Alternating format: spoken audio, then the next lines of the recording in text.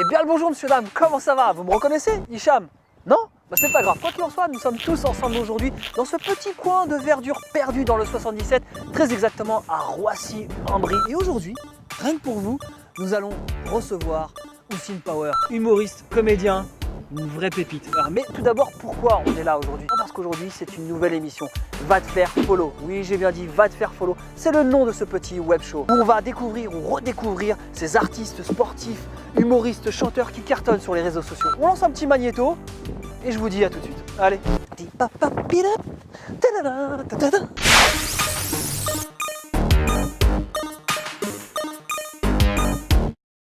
Houssine, bonjour. Le but de cette émission, c'est de te connaître un petit peu plus parce qu'on te voit sur les réseaux. Mais alors, qui es-tu? C'est vrai que les gens ne me connaissent pas vraiment. Et d'ailleurs, merci pour cette interview parce que moi aussi, je suis ravi que ce soit toi qui m'interviewe. Ça aurait été quelqu'un d'autre, j'aurais dit non. C'est un plaisir partagé réellement. Alors justement, parle-nous un petit peu de toi. Alors, d'où tu viens, qui tu es? Ok, longue histoire. Alors, d'où je viens? Alors, faut savoir que je suis né en Algérie, dans une petite ville qui s'appelle Mascara. Et j'ai débarqué en France. Je parlais pas français. Ah, ok, bien. Et j'ai appris votre langue. Et aujourd'hui, j'ai la manie pour pouvoir faire rire les gens. Pourquoi le rire? Je trouve que, je sais pas, moi, toute mon enfance, j'ai rigolé parce qu'on était tellement dans la misère, on avait que ça en fait. Tu étais obligé de rigoler. Le frigo t'ouvre, il est vide. Tu rigoles, tu vois. Donc, on était obligé de prendre la vie du bon côté. D'accord. Et je pense que c'est ce qui m'a suivi. Je pense que le rire, pour moi, c'est une arme, mais de ouf. Pourquoi Houssine Power? Ça, je m'attendais de toute façon. Toi, tu cherches les problèmes en fait. Non, en fait, c'est très simple. Ça vient de loin en fait. C'est une référence qui vient de loin. C'est un comédien. Non, pas du tout, pas d'Algérie. C'est un comédien anglais, Mike Myers, qui a incarné un personnage qui s'appelle Austin Power. C'est un personnage un peu décalé. Et je trouve que moi, j'ai aimé ce truc et j'ai gardé ça. T'as quel type d'humour en fait? Je sais pas si je suis le mieux placé en fait pour parler de mon humour, tu vois. Alors, après, tu te places où justement? En fait, je sais que après, on peut parler de mes références, tu vois, ceux qui m'ont inspiré. Et c'est bizarre à dire, mais Raymond DeVos par exemple, les jeux de mots. Et quand j'étais jeune, je regardais ça, tu vois. Donc bon, c'est vrai, comme les autres, c'est pas Jamel Debbouze ou quoi que ce soit. C'était Raymond DeVos, Coluche et les Inconnus. Il me semble que tu es en train de tourner une web série, quelque chose comme ça. Exactement, d'ailleurs, où tu as participé. Ouais, exactement, un peu à la sauvage d'ailleurs. Mais c'est ça, mais c'est l'état d'esprit en fait de la série, c'est ça. D'accord. Et franchement, en fait, l'objectif, c'est que c'est un loser qui essaie de réussir. Et en gros, donc, tu le suis dans ses péripéties et c'est inspiré. Bon, il y a des faits réels. C'est ce que j'allais dire, c'est ta vie, c'est ça? Non, il y a des trucs qui sont vrais. D'accord. Il y a des trucs qui se sont vraiment passés.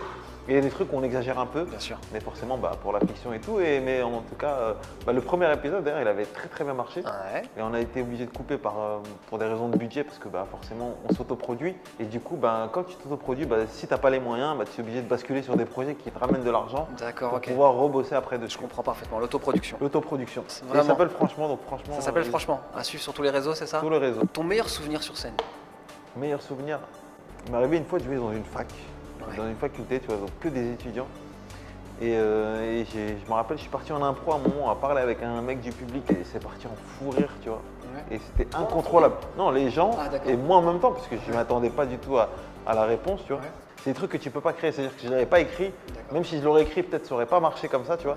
C'était vraiment le moment, quoi. Et ça, la scène, c'est ça qui ne te trompe pas, tu vois. Et c'est ce qui te pousse à monter à chaque fois sur scène. Exactement. D'accord. Dans ces cas-là, ton pire bide, enfin ton pire moment en fait.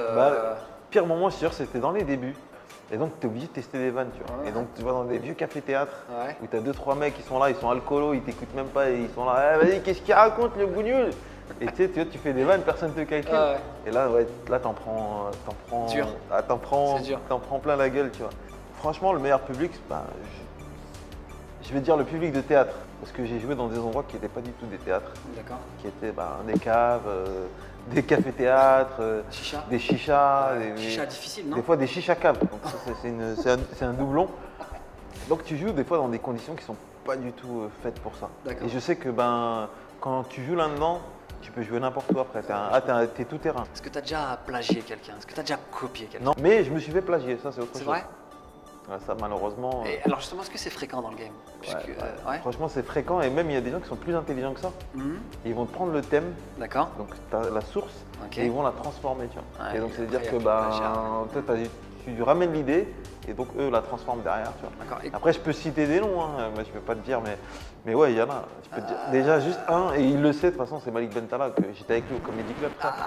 Il sort un truc, il le sort en 2015, frère, un truc que j'ai joué depuis des années, tu vois. D'accord. Depuis mes débuts, tu vois. Ouais. Il sort le truc de Zugum, la cuisine, c'est les Turcs et tout. Il Exact. le sort en spectacle en 2015, tu vois. Et je reçois plein de messages et tout.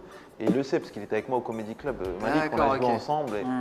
Et ça m'a un peu pincé quand même. Je me dis, putain, c'est les gars que tu connais, qui Ouais. trucs Et du coup, tout. comment ça s'est passé après par la suite? Ben en fait, j'ai même pas. Tu sais, moi, dans ces cas-là, c'est que je relève même pas. Parce que pour moi, si tu voles, Ouais. c'est que t'as aucun intérêt pour moi en fait. Tu vois. D'accord, ouais, je C'est comprends. que t'es une bassesse, tu vois, pour moi qui est.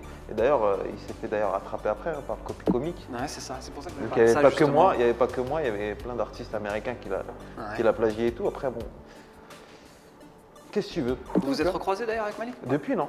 D'accord. Depuis on s'est pas recroisés, mais je pense que si on va se croiser, il va avoir un petit malaise. Je sais il va rougir un petit peu, mais bon, c'est la vie, tu vois. Mais D'accord. je pense qu'il y a des moments, tu sais, il y a des gens en fait qui sont prêts à tout. Ouais, je suis d'accord Ils sont avec prêts toi. à tout pour réussir et je pense que voilà, tu sais, moi je suis pas prêt à tout pour réussir. Ok. Tu sais, j'ai une dignité. Tu restes intègre. Ouais voilà, c'est ça, je me vends pas en fait. C'est quoi le sketch ou la vanne parfaite? Sketch ou la vanne parfaite, déjà je sais pas si ça existe, Ouais. sketch ou la vanne parfaite, mais ce qui pourrait se rapprocher du parfait, c'est un sketch ou une vanne qui parle à tout le monde, donc Ouais. c'est-à-dire qui est tout public. Ouais. Ça pour moi c'est des vannes on va dire parfaites, donc c'est ouais, peut-être sans vulgarité, sans truc, ça plus que les jeunes comme les vieux peuvent la comprendre, et ça c'est dur à faire, hein. C'est Ouais. pas évident. Hein. D'accord. Et, Et ça dépend de quoi en fait, quoi, le moment, l'heure, le jour, enfin. non, je pense que c'est surtout du travail. Aujourd'hui, tu sais, l'humour, c'est. Il n'y a pas beaucoup. Il y a 30% de talent et 70% de travail. Ouais. Tu te vois où toi plus tard, d'ici 5-6 ans? Toujours sur scène, sur internet, beaucoup plus barbu, tu te vois comment? Franchement, je sais pas si je serais plus barbu, Ouais. mais mon objectif, c'est ouais, de réaliser. Parce que tu sais que j'ai un film, un long métrage que j'ai écrit, Ouais. qui a 4 ans, et qui est fini, bouclé et tout. Il est temps de le faire quoi. Bah après, je suis sûr, hein, le pire, c'est que je l'ai fait, on l'a fait lire à des prods, donc j'ai des retours de prod Ouais. sur TF1 et tout, hein, des grosses prods qui ont vraiment aimé le scénario. Ouais. Mais comme t'es personne aujourd'hui, ben, ils peuvent pas te donner à la main. Hein. Le D'accord. cinéma, c'est un milieu très fermé. Ouais. Et donc, pour rentrer dans ce cercle du cinéma, eh ben, ouais, il faut faire je sais pas, Faut connaître du monde. faut connaître du monde. Et Ouais. si tu connais pas du monde, bah, faut pouvoir casser les barrières, tu vois. D'accord. Et comment les casser, bah, faut pouvoir faire ses preuves. D'accord. Donc, Ok. faut te montrer, faut être là, faut être présent. Alors là, tu me parles de cinéma, tu me parles de caméra, d'assistant, mais quand est-ce que j'aurai le plaisir, ou on aura le plaisir de te voir avec un vrai spectacle? Parce que tu viens de la scène, tu Eh nous bien, as dit que ça te Eh faisait ben, la vibrer. finalité, ouais, Voilà. la Ça finalité serait de bien. franchement. Boîte à gorger, parce que là, j'ai l'impression que c'est la question qui pique un peu. On veut un spectacle, mon gars. Je vais réponse Charlie Chaplin. Vas-y. Ce qui veut dire. Non, je vais te répondre sérieusement. Bah, la finalité de franchement, Ouais. c'est pour ça moi je te le dis, après Ça reste entre nous. ça reste entre nous. Ouais. Moi, je spoil un peu les gens. Ah, vas-y, pas trop. Mais en fait franchement, elle va durer sur toute l'année 2019-2020. Et l'objectif en fait c'est d'avoir une date dans la série J'ai compris. et D'accord. la faire sur scène en réalité. Donc D'accord. c'est-à-dire qu'à un moment on aura un rendez-vous public vidéo et scène tu vois, en même temps. C'est Donc il génial. sera filmé et qui sera diffusé. C'est D'accord. l'objectif. C'est l'objectif. Donc on se dit que c'est fin 2020, c'est ça? Fin 2020 Faut exactement. être patient avec toi en fait. Faut être patient et ben, en même temps il y a beaucoup de travail frère. Tu sais là je suis dans. Là si tu me demandes aujourd'hui ce que je fais là, je fais plusieurs. On bosse sur plusieurs trucs. En parlant de bosser justement, tu vis de ça aujourd'hui toi? Bah ouais Tu je fais fais que que ça. Je fais que ça. D'accord. Écrire et Ouais. jouer. D'accord. C'est bien la vie hein. Est-ce que tu écris pour les autres? Ouais, ça m'est arrivé. Ouais. Ça m'est arrivé, je le fais moins Ouais. parce que je me suis fait arnaquer. C'est dur ce métier à mon avis, non? Enfin, arnaquer, en fait, en gros, c'est que les gens, en fait, ils pensent que. Ils se rendent pas compte, en fait, de l'écriture. Tu sais, quand tu prends un temps pour écrire, pour les gens, ou que tu visualises, ou que tu écris des vannes et tout, les gens, ils se rendent pas compte parce que tu leur livres quelque chose, Ouais. eux, ils lisent, ils disent, ah, c'est drôle, et ils vont le jouer et ça marche. D'accord. Et c'est simple pour eux, tu vois.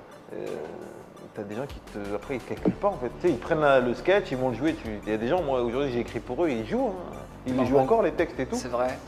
Mais voilà, quoi. Avec un petit Ils font pincement au leur vie. cœur pour toi, non? Non, pas du tout. Pas Non. du tout, parce que c'est des trucs de toute façon que j'ai écrit pour eux. Ouais, C'est pas je vois des ce que trucs tu que veux je dire, voyais c'est pour pas moi, pour toi, tu vois. bien sûr. Est-ce que c'est justement un milieu qui est bienveillant ou qui est plutôt dur ou Ah, c'est un milieu très dur. Hein. Ouais. Franchement, très dur. Moi, quand j'ai commencé, c'est allé vite dans le sens où parce qu'on était les premiers. Donc, j'ai commencé au Panama Café. Ouais.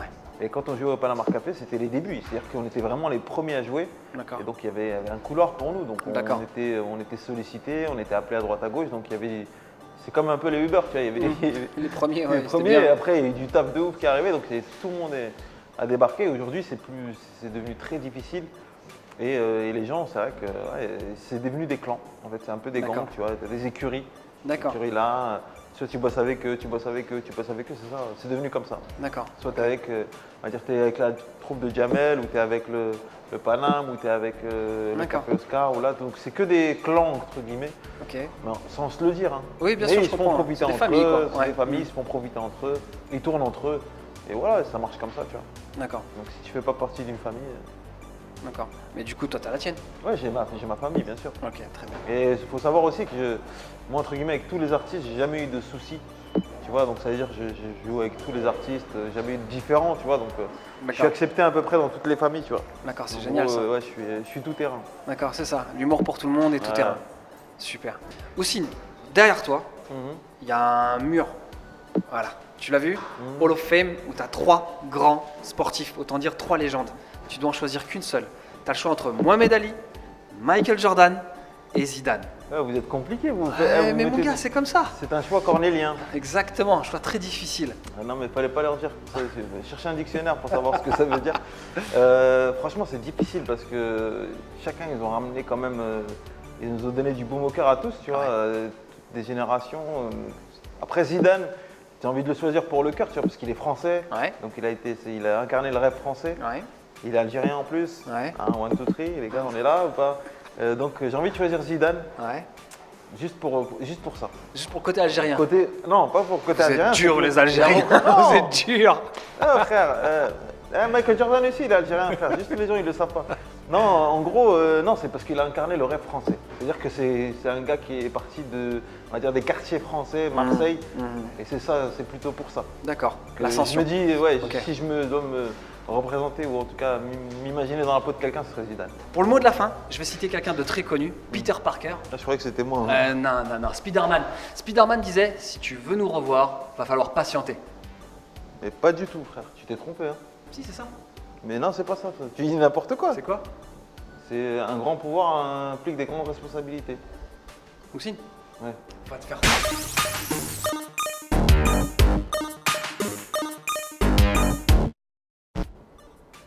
C'est toi va te faire follow, ouais. Fou lui.